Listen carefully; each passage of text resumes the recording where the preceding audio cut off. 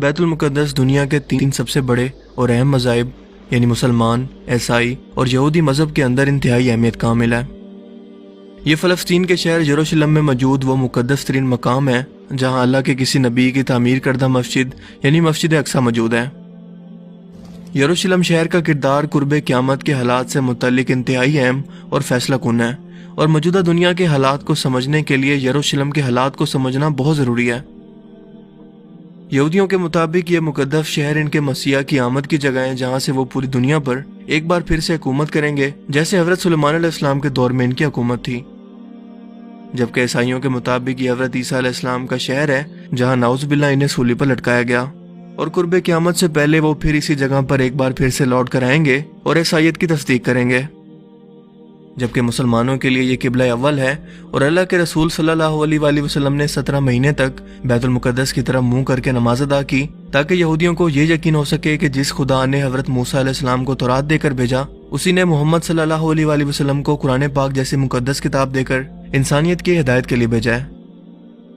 سفر معراج پر آپ صلی اللہ علیہ وآلہ وسلم نے مسجد حرام سے مسجد اقصی تک یعنی یروشلم شہر تک سفر کیا، اور پھر وہاں سے آسمان کی بلندیوں پر معراج کے لیے تشریف لے گئے۔ جیسا کہ قرآن کریم میں ارشاد ہوتا ہے کہ پاک ہے وہ ذات جو لے گئی اپنے بندے کو راتوں رات مسجد الحرام سے مسجد اقصی تک، جس کے گرد و نواح میں ہم نے برکت رکھی ہے تاکہ اسے اپنی نشانیاں دکھائیں۔ بے شک اللہ سب کچھ جاننے والا اور سب کچھ سننے والا ہے۔ اس کے علاوہ یہی وہ جگہ ہے جہاں پر حضرت عیسیٰ علیہ السلام دوبارہ آسمان سے تشریف لائیں گے اور اسلام کو سچا اور حق کا دین ثابت کریں گے۔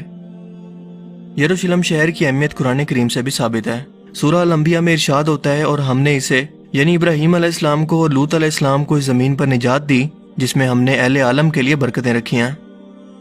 حضرت ابراہیم علیہ السلام نمرود کی آگ سے نجات پانے کے بعد اپنے بھتیجے لوط علیہ السلام کے ساتھ عراق سے بیت المقدس کی طرف روانہ ہوئے، اور یہیں سے حضرت ابراہیم علیہ السلام اللہ کے حکم سے مکہ مکرمہ پہنچے، جہاں آپ نے اپنے بیٹے حضرت اسماعیل علیہ السلام کے ساتھ مل کر بیت اللہ کو پھر سے تعمیر کیا۔ یعنی کہ یروشلم ایسی مقدس سرزمین ہے جسے اللہ تعالیٰ نے آل ابراہیم یعنی ابراہیم علیہ السلام کی نسل کے لیے اور آنے والے پیغمبروں اور دین یعنی یہودی، مسلمان اور عیسائیت کے لیے فیصلہ کن مقام بنایا ہے، کیونکہ ظاہر ہے کہ ان تینوں مذاہب میں سے سچا تو کوئی ایک ہی ہو سکتا ہے، اور یہی کردار قرب قیامت سے پہلے یروشلم کو ادا کرنا ہے۔ یعنی یہ شہر قرب قیامت سے پہلے صرف ایک دین کو سچ اور حق ثابت کرے گا، اور اسی لیے اس قدر اہمیت تینوں مذاہب کے اندر ہے۔ یروشلم ایک قدیم شہر ہے اور تقریباً 4000 سال پرانی تاریخ رکھتا ہے۔ یہ 2 مرتبہ مکمل طور پر تباہ ہوا۔ تاریخ میں اس پر 52 مرتبہ حملے بتائے جاتے ہیں، اور 44 مختلف قوموں کا اس شہر پر قبضہ ہوا۔ یہ تل ابیب شہر اور بحیرہ روم یعنی میڈیٹرین سی سے 60 کلومیٹر مشرق اور بحر مردار یعنی ڈیڈ سی سے تقریباً 33 کلومیٹر فاصلے پر جبل یہودا سے گرا ہوا ہے، جہاں یہودیوں کی 3000 سال پرانی تاریخ، عیسائیوں کی 2000 سال، جبکہ مسلمانوں کی 1400 سال پرانی تاریخ موجود ہے۔ یہاں اس وقت 64% یہودی آبادی، 32% مسلمان اور صرف 2% عیسائی موجود ہیں۔ ہیکل کی مغربی دیوار جو کہ ایک واحد سٹرکچر اس وقت ہیکل سلیمانی کا موجود ہے، یہودیوں کے لیے اس وقت دنیا کی سب سے مقدس ترین جگہ ہے۔ اس شہر کے بارے میں اللہ پاک قرآن کریم میں ارشاد فرماتے ہیں کہ جس بستی کو ہم نے ہلاک کر دیا تھا اس پر حرام ہے کہ وہ وہاں جائیں، حتیٰ کہ یاجوج ماجوج نکل جائیں گے اور تمام بلندیوں سے اترتے نظر آئیں گے۔ دوستو، یہاں ہلاک ہونے والی بستی سے مراد یروشلم شہر ہے، جس پر یہودیوں کی بدعمالیوں کی بدولت 586 قبل مسیح میں بابل عراق کے بادشاہ بخت نصر اور پھر ٹائٹس نامی بادشاہ نے حملہ کر کے اس شہر کو مکمل طور پر تباہ کر دیا اور لاکھوں یہودیوں کو غلام بنا کر اپنے ساتھ لے گئے۔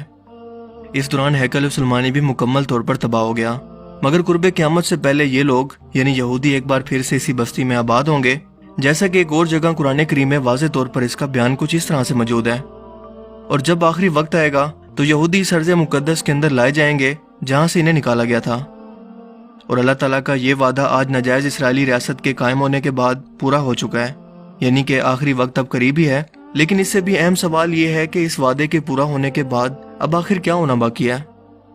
یہودیوں کا ماننا ہے کہ جب وہ تیسری مرتبہ اس مقدس ہیکل سلیمانی کو دوبارہ تعمیر کر لیں گے تو ان کا مسیحا جو مسلمانوں کے نزدیک دجال ہے وہ دنیا میں نازل ہوگا، اس لیے ان کے پاس اس ہیکل کی تیسری مرتبہ تعمیر کا مکمل نقشہ تک تیار ہے، اور اس کے ساتھ ساتھ وہ تابوت سکینہ کے حصول کے لیے بھی بے چین ہے،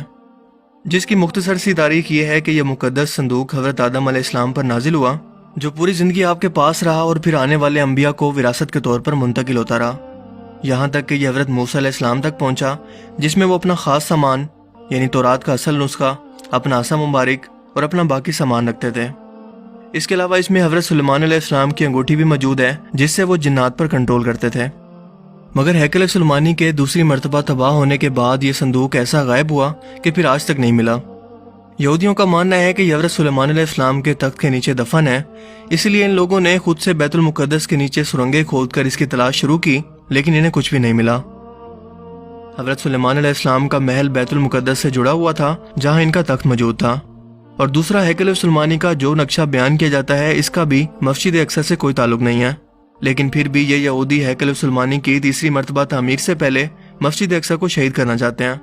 اور اس کی سب سے بڑی وجہ یہ ہے کہ تیسری مرتبہ ہیکل سلیمانی کے تعمیر ہونے کے باوجود اگر مسجد اقصی شہید نہ ہوئی تو ہیکل کی اہمیت پہلے جیسی بالکل نہیں رہے گی، اسی لیے یہودیوں کے نزدیک اسے شہید کرنا ضروری ہے۔ اسرائیلی ماہر آثار قدیمہ کے مطابق ہیکل سلیمانی قبۃ الصخرہ کے نیچے موجود ہے، اور یہ علاقہ یعنی مسجد اقصی اور قبۃ الصخرہ مسلمانوں کے کنٹرول میں ہے۔ اسرائیل نے عربوں کے ساتھ 6 روزہ جنگ کے دوران بیت المقدس پر قبضہ کر لیا تھا، مگر مسجد اقصی اور قبۃ الصخرہ کا کنٹرول اس جنگ کے باوجود بھی اردن کے ہاشمیوں کے پاس ہی تھا، جس کے بعد انہیں وہاں سے نکال کر اسرائیلیوں نے اس زمین پر قبضہ کر لیا۔ اس کے بعد ہیکل کی تعمیر کے اندر مزید تیزی آ چکی ہے، جو کہ ان کا صدیوں سے خواب ہے، کیونکہ ان کا ماننا ہے کہ اس کے بعد ہی مسیح دجال کی اس دنیا کے اندر آمد ممکن ہوگی، اور اسی مقصد کے لیے باقاعدہ ایک تنظیم دی ٹیمپل انسٹیٹیوٹ قائم ہے۔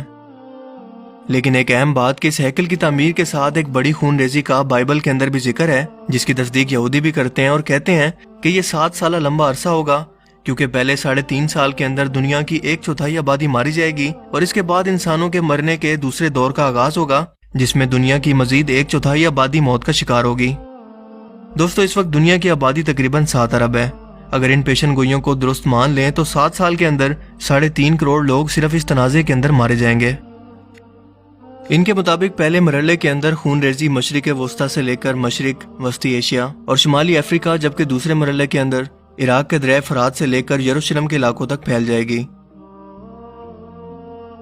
دوستو، کچھ ہی عرصے پہلے تک اسرائیل ایک شدید سیاسی بحران کا شکار تھا، لیکن اس کے وزیر اعظم بنجامن نیتن یاہو اور اپوزیشن کے درمیان ایک پولیٹیکل ڈیل کے بعد یہ بحران آخرکار ختم ہو گیا، اور اب دونوں پارٹیز یعنی اپوزیشن اور گورنمنٹ ایک ہی پیج پر ہیں، جو کہ مسلم دنیا کے لیے ایک بڑے خطرے اور وارننگ سے کم نہیں ہے،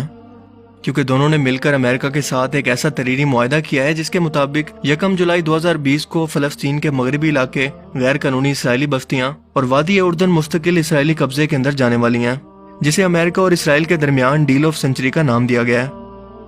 اس کے مطابق جون کے بعد اسرائیلی فوج یروشلم اور مغربی کنارے کے گرد اپنی پوزیشنیں سنبھال لیں گی، اور 1 جولائی سے ان علاقوں پر اسرائیل مستقل ان علاقوں کا اپنے ساتھ الحاق کا اعلان کرے گا، اور یہ کوئی خفیہ پلاننگ نہیں ہے، بلکہ اس منصوبے کو تحریری شکل دے کر اور دستخط کر کے دنیا کے سامنے پیش کر دیا گیا ہے، جو مسلمانوں کے لیے، عالمی اداروں اور انسانی حقوق کی تنظیموں کے لیے کھلا چیلنج ہے۔ آپ کو بتاتا چلوں کہ فلسطین کا یہ مغربی کنارہ یا ویسٹ بینک وہ علاقہ ہے جو 3 طرف سے اسرائیل اور مشرق میں اردن سے گرا ہوا ایک سرسبز و شاداب علاقہ ہے، جس کے شمال مغرب کے اندر بحر مردار یعنی کہ ڈیڈ سی موجود ہے، اور یہی وہ علاقہ ہے جہاں پر یروشلم شہر موجود ہے۔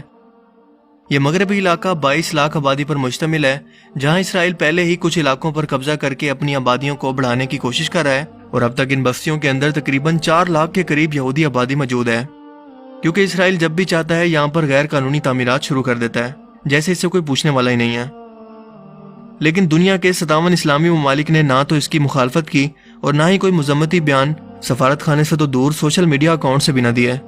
اس صدی کے سب سے بڑے منصوبے کے نام سے ہی آپ یہودیوں کے عزائم کا اندازہ لگا سکتے ہیں کہ یہ منصوبہ ان کے لیے کس قدر اہم ہے، جو کہ 180 صفحات پر مشتمل ہے، اور اسرائیل کو ان مغربی علاقوں کے ساتھ فلسطین کے 50% حصے پر مکمل اختیار اور کنٹرول دے رہا ہے، جبکہ فلسطین پر یہ پابندیاں مزید سخت کر رہا ہے، جو کہ ہماری آنکھوں کو کھولنے کے لیے کافی ہے۔